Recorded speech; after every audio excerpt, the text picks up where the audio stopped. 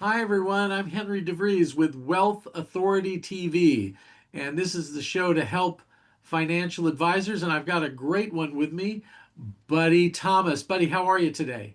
I'm doing fantastic. Always good to see an old, longtime friend who I've collaborated with. Well, thank you so much. Uh, who do you serve? Why don't you tell the people who you serve at Superior Planning? Uh, well, I started out by serving anybody who would talk to me 40 years ago. And then as time went on, I realized that I was so, my my intentions were so comprehensive that I couldn't handle a lot of clients. So when I sold my firm this last year, actually merged with three other firms under the name of my firm. Um, we had 31 families that we were working with, and we operated as their family office. And they were what do they call that book? The Millionaire Mind or something like that, Yeah, the yeah, Millionaire Next Door. Those were who we yeah, served, yeah. and people from 1 or 2 million up to almost 200 million. I remember we were talking once, and somebody with net worth of 20 million asked you, "Buddy, will I have enough money? Will the money run out?" And people with 200,000 asked you the same question. So Yeah, yeah. That yeah, young lady was afraid. She was a widow, and she was afraid. She actually said, "I said, what's your fear?" And she said, "I just don't want to ever have to eat cat food." And she had $20 million. it would be really good cat food, Yeah, fancy kind of cat she food, could have a lot of cat food. a lot of cat food. Yeah. So I know you serve people by educating them, and you're the author of a couple of books. Why don't you tell us about the books you've written? Well, back in 2007, I was working with an estate planning attorney who was 15 years older than me, and his clients started to pass away. And he said they would come to him for help. And he said, uh, he goes, they would think because he was an attorney that can handle everything. Yeah. And really, what he said to them, he goes, "I'm a lawyer. What you need is three people. You need a good attorney, you need a good accountant, and then you need somebody to give you economic advice."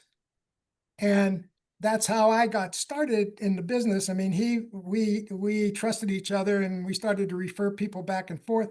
And he started to refer surviving spouses to me because uh, 80% of the time the guy dies first, the husband dies first.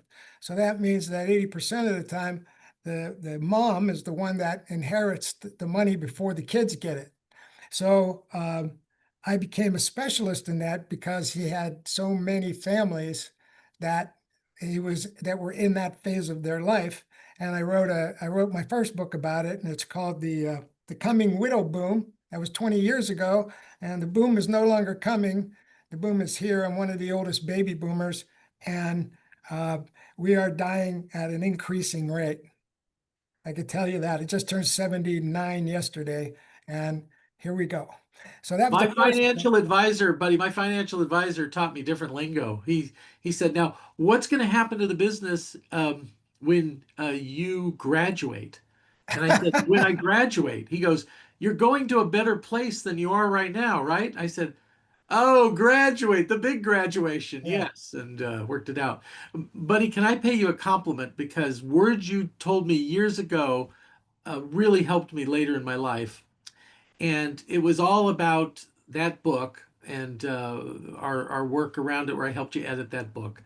And I'm driving from Arizona to California. My wife Vicky is in the car with me, and my insurance agent calls with some answers for questions I had for him, and we I handle it on the speakerphone. And when we hang up, Vicky says, I want to thank you so much because I know you're working to take care of me. But I have to tell you, um, if you go, I'm going to be devastated and I'm not going to know how to make decisions. And I went, buddy Thomas. So I've gotten her together with an attorney, with somebody who is no longer in financial planning, but worked for the banks and she trusts, who can advise her. and then the financial advisor. So the team and they're all on board. So oh, she also asked, "What's going to happen if we die?" And I said, "Oh, I can guarantee that we are going to die. It's 100%." I came out of the insurance industry, so I have a very dark sense of humor. Yeah, I also told her for that insurance, I said, "Oh, by the way, make it look like an accident. It'll pay yeah. double indemnity." So that's their care. But thank you for your inspiration. It's helped us. So I, tell us about the second book. well, the second book was something that I've been working on actually since 2016. And what I've found over these 40 years of working directly with these families on a scale of wealth is that there are really three things behind all financial decisions. And if has to do with a family, those three things are love, how much you love each other; wisdom, the wisdom you inherit and the wisdom you earn as you go through life; and the wisdom you get from uh, professionals like attorneys and accountants and financial advisors; and then money. Those are the three keys to what I call the essentials of family wealth: love, wisdom, and money. So I wrote a book called Love, Wisdom, and Money. Kind And of spot on there. Kind huh? of get on the no ringer there. Okay. Yeah. And the subtitle to this book is about the person responsible for all three of them, and that's a family leader who sees themselves as a family steward, and they see their family wealth outliving them. As you just said, it's not if but when. So we know that I remember in my insurance exam they said it's the only life insurance, the only insurance you can insure against an event that's certain to happen. So we know that it's certain to happen. So if you want to think that when you die, that's it, you'll be dead, whatever they do with it, they're going to do with it. That's one way of looking at it. The other thing is you can set your family up so that they can generate their own wealth. So a family fiduciary is a family leader who loves their family by sharing their wisdom in a way for them to generate their own wealth. And that's what this book is about, is how to pass that baton and how to create the legacy that you're going to be remembered by today, every day, intentionally, while you're living with the decisions you make.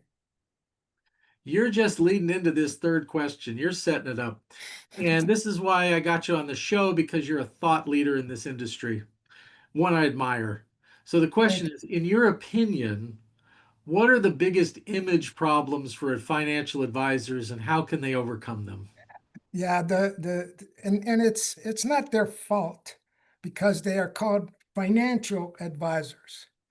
But the financial advisors, also known as wealth managers nowadays, Mhm. and the reason the wealth management label was put on there because they knew that their financial advisor was too restrictive. But a wealth manager is talking about all your wealth. But on the impediment is that there's more to wealth than finances. The money is the third of the three essential elements. It's love first, wisdom second, money third. So I think that what they're up against as far as image goes is it's all about the money. Now, a lot of these guys and the people I merged the firm with are very compassionate. They're very compassionate. They care and they want to do the right thing and they care about their clients and their families, but they're being paid to help them with their money. And it's just, it's difficult to look at the big picture and to consider all those things when this is really what the family wants. Oh, just take care of my money. I'll take care of my family. Well, families leaders usually, as with all of us and anything, we don't know what we don't know. And the wealth manager has that seat at the table where they know as much about their clients as more than their doctors or even their attorneys or accountants because they really get into lifestyle cash flow, portfolio, investment policy and values, and then estate planning. What do you really want to have this money do for you? So it's just it's because of the focus and how the industry started. So I guess that's the short answer to the question. If you want to read the long answer, you can read the book. If you buy a copy of the book, Buddy will sign it. If you buy 2 copies, he'll come to your house and read it to you. That, that's Okay, that's 10 copies. 10. I'm sorry, I'm mistaken. 10. I misspoke myself. Okay, that's all the time we have for today, Buddy. Thanks so much for being our guest, and to all our viewers, keep them healthy, wealthy, and wise. Okay, great job. Thank you. So That's the we're name gonna of that's do. the name of one of the